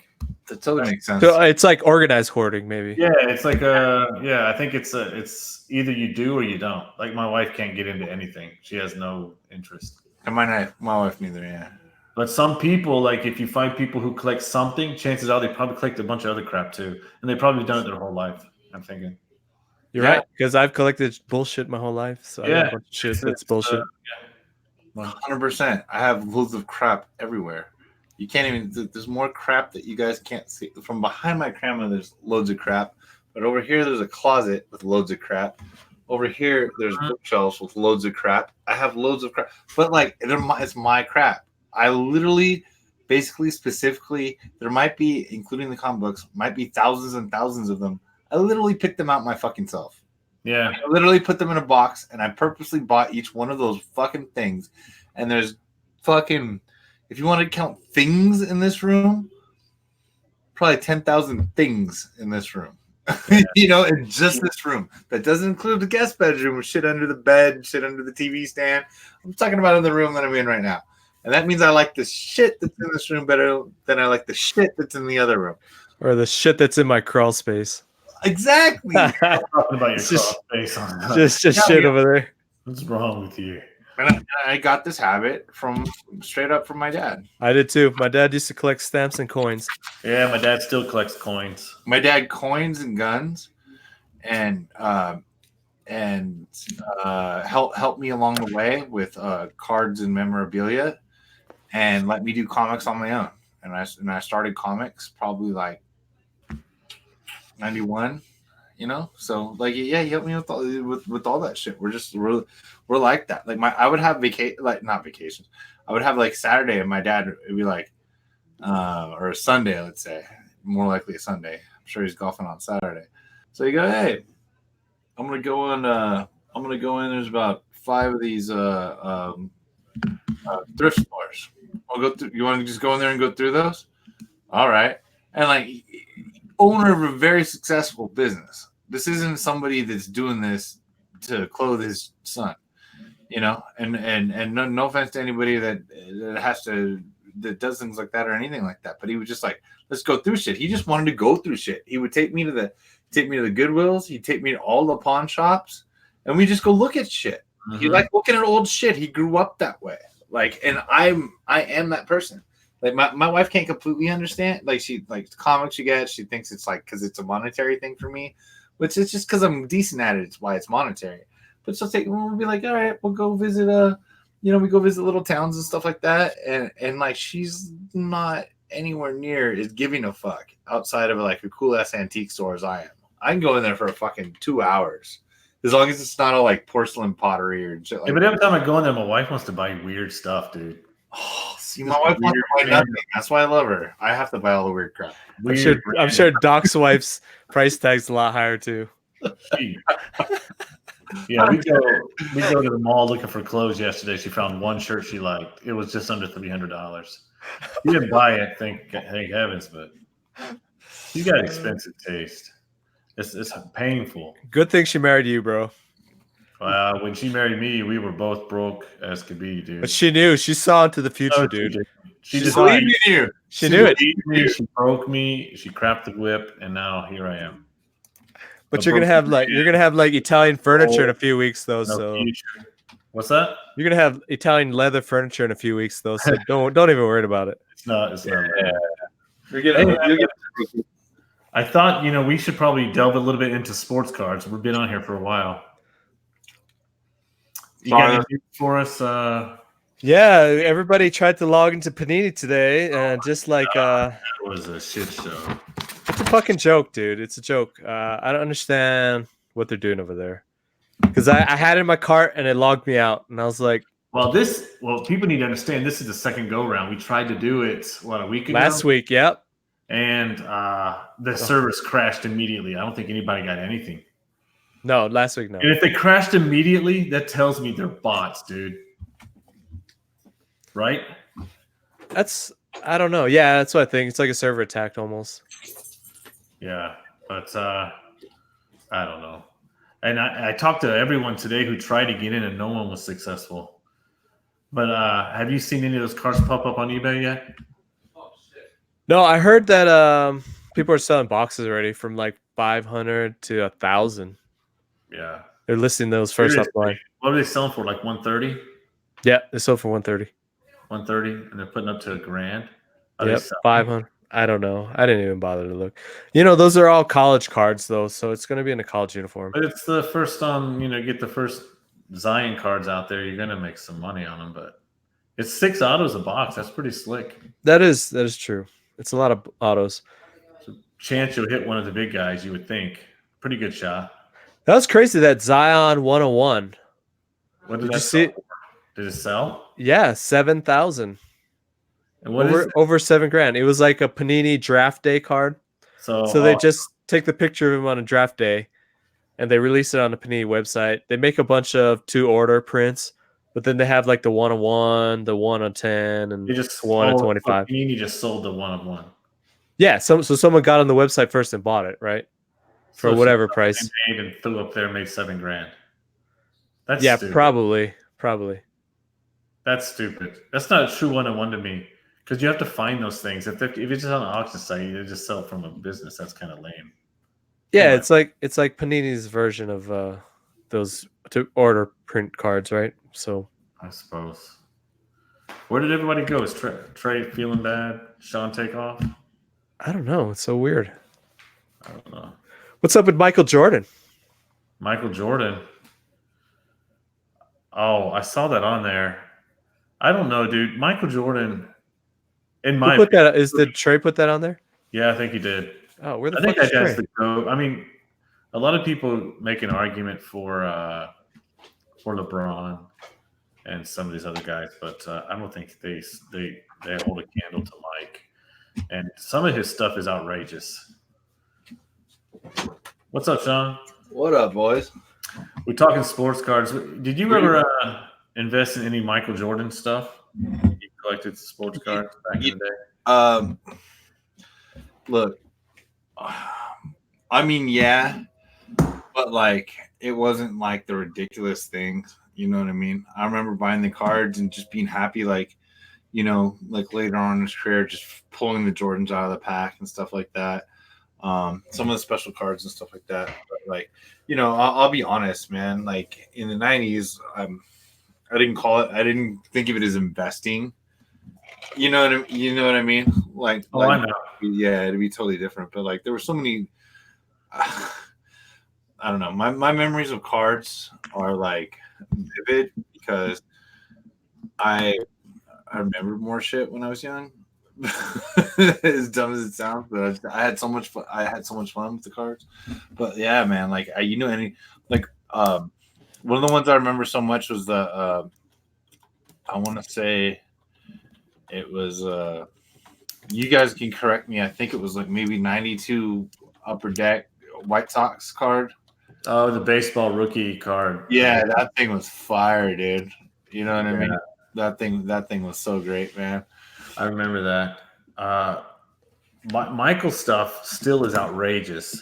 I mean, to get a rookie card from '86, what's his rookies for going for now, Keith? Like a 9, a PSA 9. I don't know. I'm not in the market for it. $8,000 maybe. It's pretty expensive. 7,000-8,000. I'm not sure. But if I'm not mistaken, that's like one of the most ridiculously forged.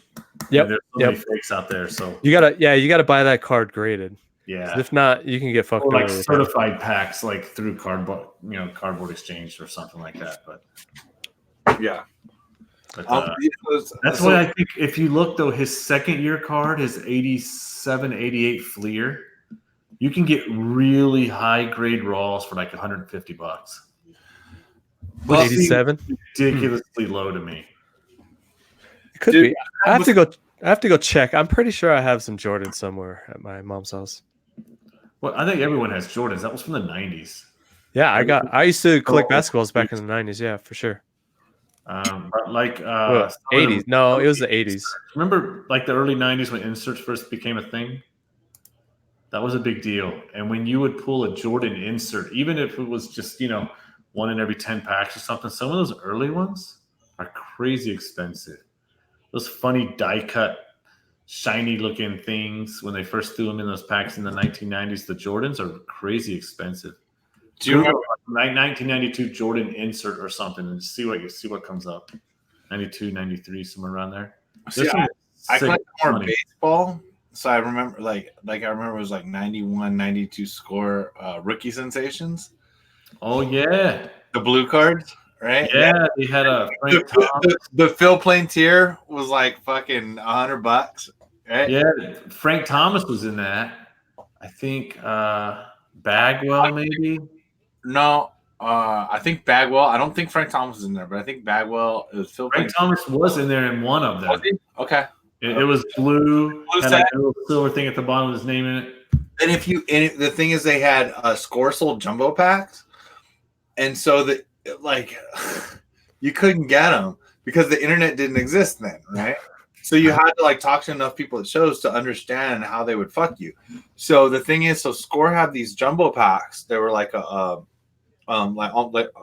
like a poly bag. There'd be like 24 cards. Yeah, there were more than that. They were loose in the bag and they were like sealed like Ziploc almost style on the top. And you grab them out of the box. So they had regular packs, but they had the jumbo pack. You get the rookie sensations out of the jumbo pack. Well, the rookie sensations were glossy back and forth. So all you had to do was pick a pack up and slide it like that. Right, sideways. And if it slid, there's one in there. You were one of those, dude. So a lot of sealed box. Every fucking dealer, you would never get it. You would never still see people and die cut cards. You could squeeze the packs, and if you felt it like sponge in a corner, it was because there was a die cut card in there.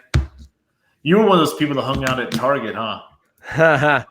No, and felt every pack in the thing and put it to the side. Dude, I was 12 and I lived in the middle of fucking nowhere, man. My parents moved me from Stockton to out here in the middle of nowhere, like when I was a kid, and I was like, man, do we really have to go live where fucking things aren't? And so I'd have to my mom to drive me like 20 miles to a card store or a Target or a comic book store, man. So I knew the tricks once I figured them out. Well, I started selling cards at a swap meet at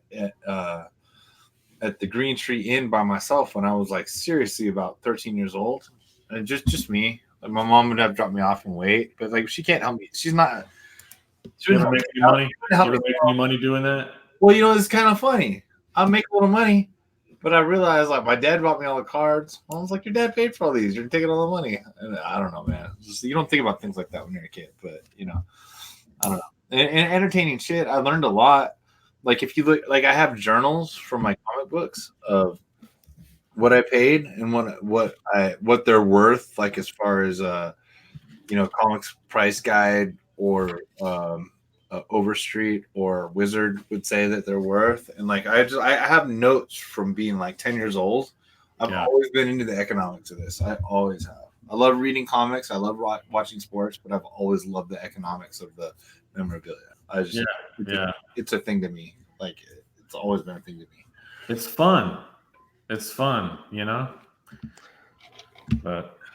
so Heartless is asking if about the grading companies. I think we should talk about that. PSA versus Beckett. I think that's kind of interesting. Go for it.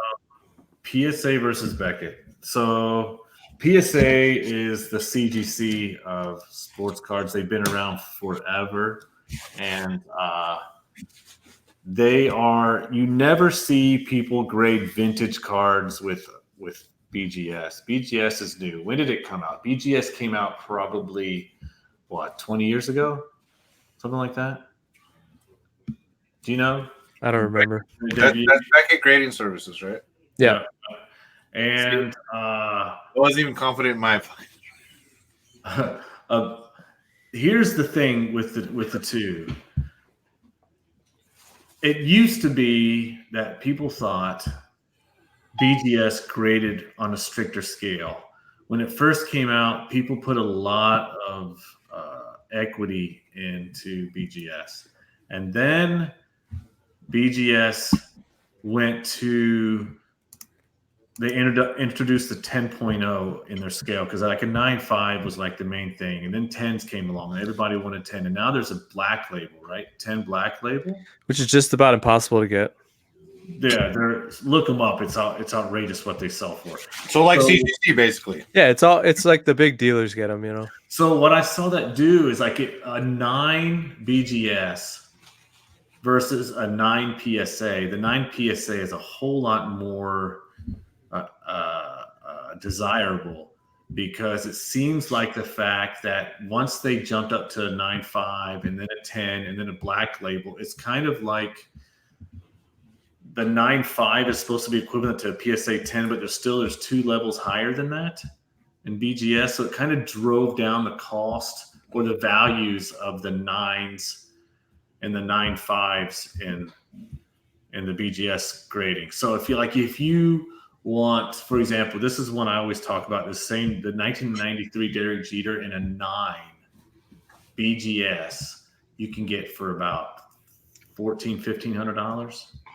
But a 9 and a PSA would cost you close to $6,000. Wow. It's a huge spread, man. Huge spread. You know what I noticed on modern cards, though, is it seems like PSA grades lighter on centering. Because when the last batch of Prisms came out, I felt like there's a lot of PSA 10s that were off-centered on the front. That's I think it's a 55-45 is the biggest spread you can get and still get a 10 in a PSA. But it seemed like BGS would harsh it down, but it's so close. And grading, in my opinion, is so what's the word? It just any given day, one person might see a card and call it a 10. No guy, subjective, and like comics, call it a 9. So it's no different than comics. No different than comics. I have a few cards that are graded 9 right now that are monsters, and I'm thinking of cracking them and resubmitting them. Well, what can you lose? They're gonna come back at a 7. In a comic, this is my opinion. In a comic, there.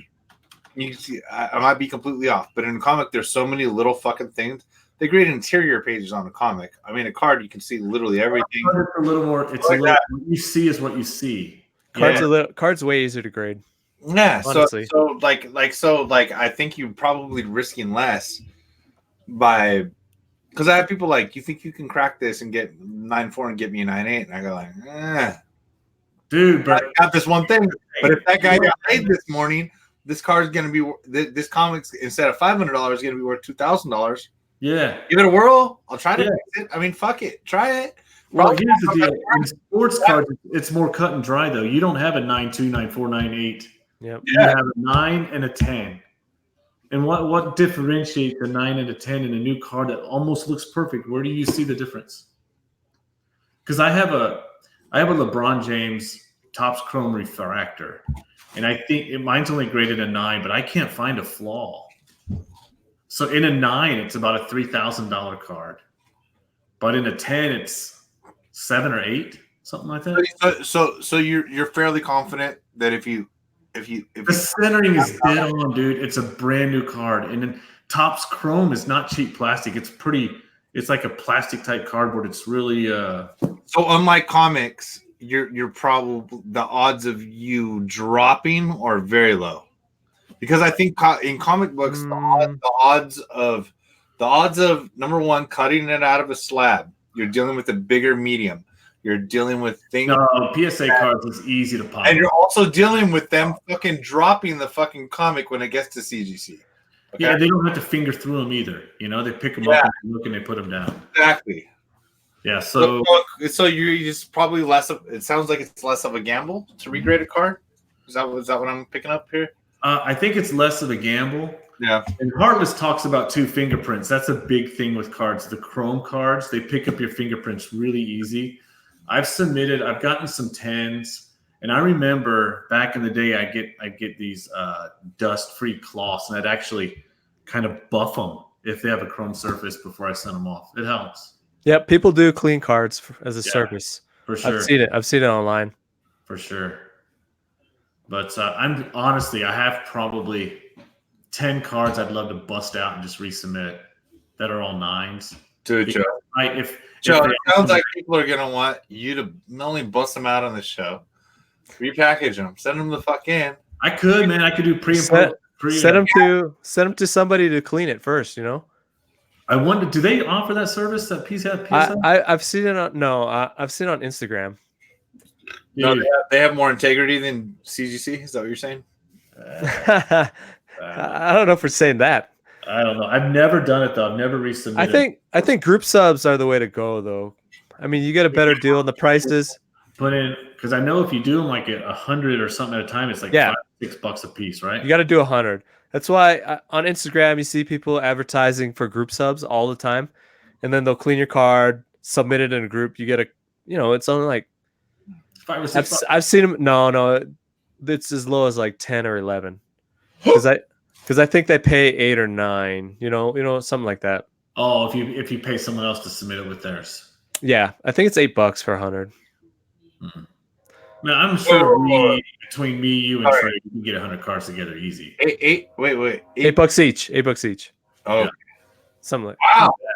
And shipping's a lot easier than shipping comic books. You just stick them. You put them. They like them in those little flexible, thin. Card saver too, right?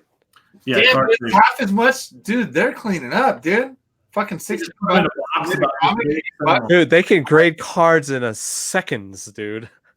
Seriously, they can whip through them. They're making bank on grading cards. We should do that. We should get a group of me, you, and Trey and send a bunch of crap off and then do an opening and see. Because man, I got some cards I'd love to have regraded. I'd like to learn how they clean it. That's what I'm interested in. I want to see what they do. I imagine. I don't know. Use acetone or sandpaper. That's probably bad. Sandpaper. Steel wool. Trey said he actually pressed a couple. Those real thin ones that come in the Sports Illustrated for Kids magazines. You know what I'm talking about? Like the first Tiger Woods card. You can press those things. Yeah. That kind of makes sense because they're paper. Like I could thin paper. Yeah, I mean, you can press. Not even cardboard. Cardboard though, I don't know about putting humidity and steam on a card, dude. Especially if a regular card. No.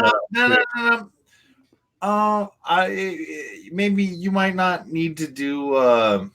I can see the older stuff, like 60s and 70s stuff. Humidity would probably ruin a card for the most part. But I wouldn't do it unless you just have because what are you going to get out of it? What benefit are you going to get from pressing a card? Honestly, there's a crease. Yeah, those Sports Illustrated paper. Well, the Sports Illustrated ones, yeah. Those, yeah. Anything else? No, you can't. That crease isn't going anywhere. No, anything else you can't. No. But speaking of Sports Illustrated, I saw something interesting today that Coco Gauff is going to get her first card in that September Sports Illustrated for kids. That tennis player, that 14-year-old or something? 15 years old, man. She tore it up at Wimbledon. Remember when she was tearing up at Wimbledon? All those fake China cards are going for like $50-$60, dude. That was outrageous. Card coming in? What is it in? It's already out. Sports Illustrated for Kids, September issue. It came out last week. Ooh, did you get any? I just ordered a few of them. I'm gonna have to go look at the shops this weekend at some stores. Dude, I wouldn't know where to find a goddamn magazine like that. Like at Barnes and Nobles or some shit. You don't think they sell that? They might. I wouldn't know. I have no idea. You know what I mean? Sports Illustrated, right? They should carry it. Yeah. Someone should. No, they should. Yeah. I had a subscription as a child. No, I think she could blow up, man. She's looking like she might be a star, dude. So, there's people fucking lining up to see her, just exhibition matches. I guess there's a huge line to see her in this U.S. Open, her first round match. But the question is, man, when you're that young, can you handle it? Wow. Dude, she seems pretty mature, man. I've read through some of her interviews and stuff. I don't know. I don't know either, but we'll find out. I don't know. She seems super talented. Okay, so tell me, like, what would you do? What would you do with the something like that, like an SI for kids? Because I have no idea anymore. I just know that when I was a kid, you would keep the magazine intact. No, you gotta cut the card out right. So you gotta be so careful. Would you send that off to do that, or would you do it yourself? No, you gotta do it yourself. They won't do it for you. Yep. And when you cut it out, it's almost like stamp collecting. You have to, you know how they have the little perforations. You have to have that. I grew up with Sports Illustrated for kids, but so don't care about it. Like, I was hearing Brian McClay on our friends on the Tales from the Flip Side podcast about how people are how they're doing almost laser cuts on some of these things, on these uncut sheets and shit like that. And I don't know how they would do the Sports Illustrated though. I would get an X-Acto. You literally X-Acto blade. You do it yourself? Yeah, but I mean, and let's open a company that just cuts up Sports Illustrated for kids fucking cards. There's only one card that you would worry about that. That's a Tiger Woods. Everything else isn't worth the effort. I think there's Coco Gauff, dude. I got a Blue Jackson, Ken Griffey Jr. and a Greg Louganis as a kid, and I still have them. And so, Greg Louganis. He was a gold medal winner, dude. And a Matt Biondi, dude. Matt Biondi. And a Matt Biondi. Diver as a kid. So, hey, just saying. You never know. I do know that. When is that ever going to come back? Andre, Matt Biondi cards just go crazy and everybody's scamming him. Well, I had a list of I have a list of September call-ups I think are going to blow up or people to look for. Nice. But I might hold those till next week. Baseball. We're already pretty late. How long are we into this? We're like hour 40 in. Yeah, we should probably cut it down. Shut it down here in a minute. Hey man, you guys invited me on. I make a lot of noise. No, you do. I mean well, and I'm having such a good time. No, we love having you. I wish Trey wasn't feeling bad. I know. I feel bad. He's got some health issues. Yeah, but he went a strong hour 20, dude. Yeah, he did. Yeah, feeling good. You can expect he's a very weak person. It's really hey, dude. My wife has something similar to what he has, so I know what's going on, dude. I'm just giving him a hard time. I do want to talk about one more thing though. That TMNT 97. Oh, the Genitello. Jenica. So supposedly she gets her mask in 97. I don't know which book's going to be more valuable, but I actually met Kevin Eastman this weekend at Colorado Springs Comic-Con. Yeah. And yeah, dude, I got a sketch. I got this nice Jenica sketch. Oh, you already have the sketch going? Dude, that's so tight. Yeah. That is so fucking tight. Dude, that's worth $1 million now. I was thinking that. No, everybody's going to get it. But anyway, I was talking to him, and he thinks this character is going to have longevity, man. He was saying the fans really, really like the idea, and it sounds like they're going to carry it on. He talked about diversity in comic books, how everybody's pushing diversity in comic books. So yeah, I really think this character has a chance to stay. I don't know what's going to be more important, her first appearance in 51 or 95, her first appearance as a turtle. I'm really not sure on that end of the spectrum, but I really think that she could be in the movies or a TV show later on. I think she's gonna have some. She'll hit the cartoon scene first, I think. Somewhere. Yeah, but you know what? This is Okay, I know you're bringing up political shit, and I'm not trying to. Like, there's forced diversity, and there's like, hey, there's a female Ninja Turtle. This is like sweet. Everybody's excited. This is like a cool thing. This isn't like, you know what I mean? It's not like Thor. The Thor. Yeah, like Thor. But yeah, dude, I'm sorry. She sucks. She's gonna suck as Thor. I'm sorry, and she's a good actress. Like, dude, Thor and Fat Thor. Those are my favorite Thors. That's it, dude. Lebowski Thor and Thor are my favorite Thors. I'm just saying, it's not forced to. So it's kind of cool. Everybody kind of digs this character. You know what I mean? And you're a Turtles fan, so you speak better from all of us. You know what I mean? So, but yeah, I don't know. I'm not a big Turtle fan, honestly. But yeah, but I mean, but I think I think it makes sense to have a girl, dude. So, I mean, it'd be fun. It can't be just April. It adds a dynamic. Oh yeah. Now they have somebody who to be abducted they can go rescue. And I also whoa, what the fuck are you talking about, dude? She's gonna kick out. Did you see her fucking claws, dude? Dude, Jenica's got like Wolverine, dude. Yeah, man. I don't know. We'll see. We'll see what happens. And and April was abducted to go rescue. And also, I always thought, because April's first appearance is TMNT 2, I always thought it was a little underrated because it's the first April. I always thought TMNT 2 should be. I mean, it's not going to be the iconic like number one, but like that's an important historic work with the first appearance of April. You know? I think so. I think like Star Wars too. Yeah, first Han Solo. Look at that. First Han Solo. It doesn't sell for anything, man. Nope. It's kind of crazy. I don't know why it's never jumped up. I got a really high grade copy. I'm not. That makes sense, but it's because the Star Wars collectors don't care. How do you not care, man? That's Han Solo. Yeah, dude. Because the cover to number one, and so I got Star Wars. That's it. It's that simple, dude. That's it. Well, whatever. But the fortune for that. You're not wrong. That Boba Fett. It's because the crossover collectors, the same as the Mickey Mouse with this, why the price might not drop that much on this D23 fucking variant, because there's just so many mouse collectors and stuff like that. One thing I wanted to make sure we talked about before we get off is we plan on doing a lot of giveaways starting next week when we reach a certain number of viewers. So we're gonna have a couple pretty sweet things up for. To hand out. We need to like advertise that ahead of time. Well, I plan on putting something out here in the next couple days.